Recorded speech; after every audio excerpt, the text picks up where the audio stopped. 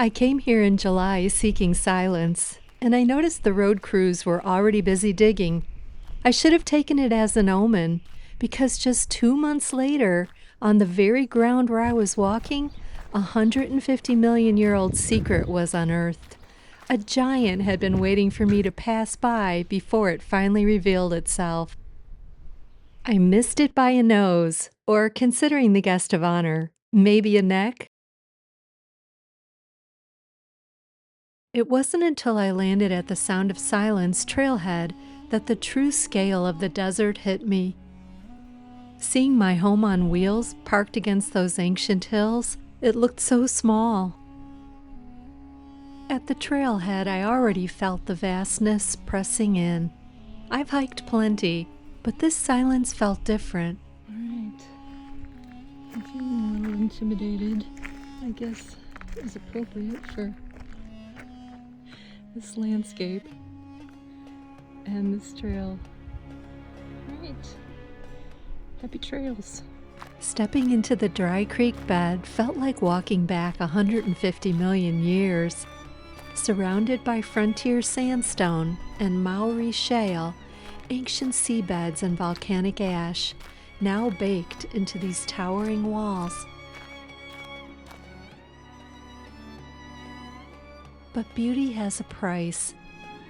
Down in the wash, the breeze dies, and the heat reflects off the stone like an oven. And a little patch of shade.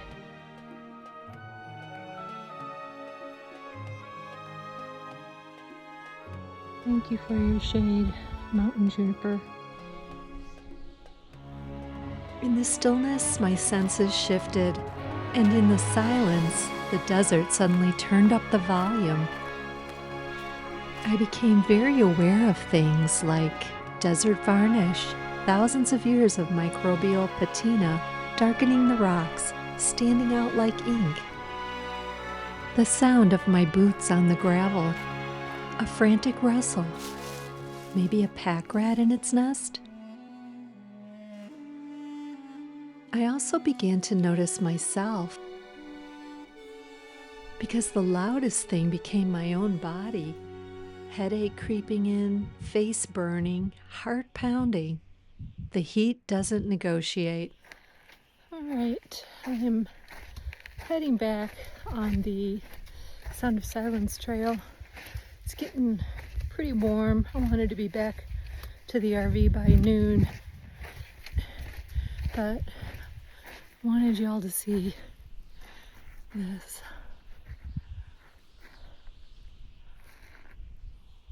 It's just pretty cool. So anyway, moving on. I turned back, respecting its power over my plan. The creek bed was a physical wall, but turning back wasn't a defeat. I realized I didn't need to conquer the entire trail. I just needed to be on it.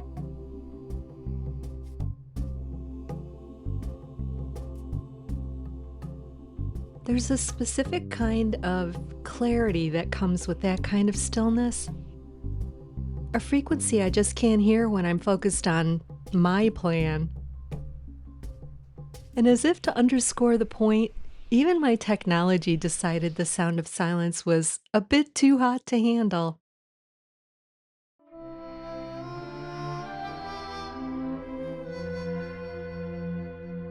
But humans have been listening to this silence for a long time. The Fremont people left their marks here thousands of years ago, shapes on the stone that still speak without words.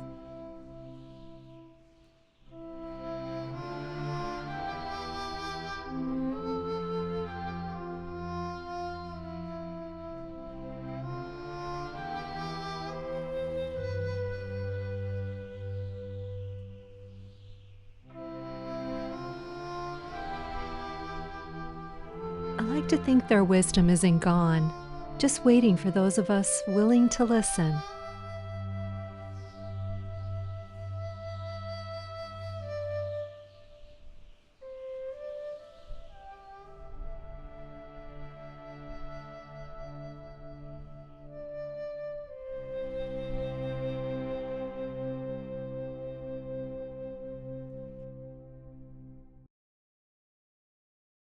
Later, back at my campsite as I sat by the riverbank, I watched flickers of light across the water. It was the Chew Ranch, a place where the 19th century never quite ended. In the 1960s, Raoul Chew sold thousands of acres to the monument. The spirit of the working ranch remains. Further along the Green River, I stood where Josie Bassett Morris once stood. Among a handful of other homesteaders in the area, she was a woman who bucked every expectation of her time and built a life on her own terms in this desert. For her, the Wild West was a stark reality. Josie lived most of her 90 years in this austere yet beautiful landscape. In her, I saw the strength of someone who stayed true to herself, even when the world expected something else. Standing at her cabin, I felt a strange mentorship in her silence. Like the carvings in the rock, she proved that you don't have to roar to be heard. It makes me wonder, perhaps our mark is left in the things silence can't erase. Josie and the Fremont people lived in the now of this land, but just a few miles away the desert was holding on to a forever. I headed toward the Wall of Bones to see what 150 million years of silence actually looks like. And tilted. Because of this tilt, as we drive, we will be traveling back in time. The first layer we see is a dramatic ridge of sandstone. Look closely at this ridge, and you may see grooves or ripple marks. The sediment here was once a sandy shoreline along a shallow sea that covered this region. The tram carries you up the ridge, leaving the modern world behind, toward a place where the silence is absolute. 150 million years ago, this wasn't a desert. It was a river system. A massive flood created a prehistoric logjam, tangled with the remains of giants.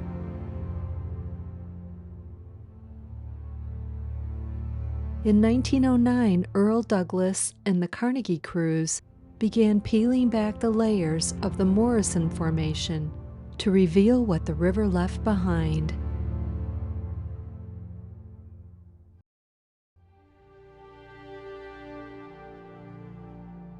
Seeing 1,500 bones embedded in a single wall is overwhelming. It's the ultimate paradox. These were giants, loud, breathing, massive creatures, now reduced to a beautiful, frozen stillness.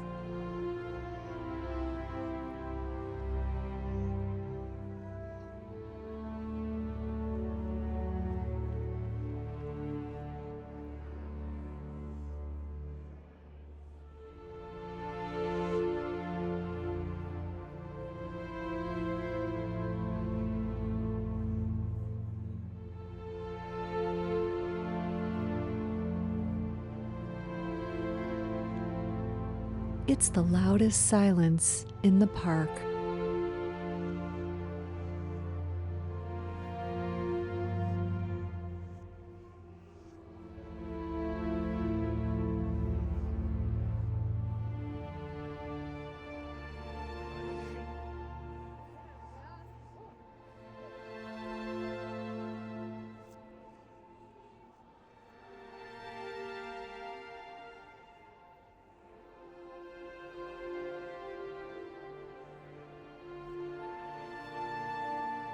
Few places on Earth reveal the passage of time so clearly.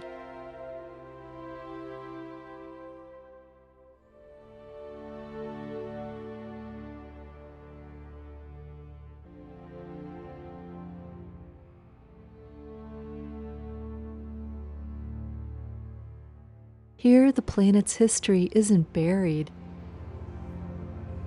It's tilted on its side, inviting you to walk through millions of years in a single afternoon.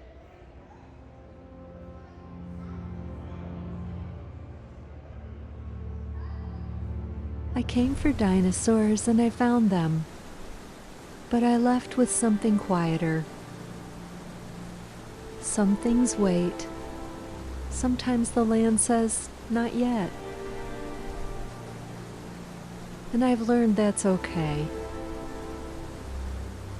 Because when I stop trying to force the path, I finally have room to hear what's been speaking all along. A still small voice in the silence.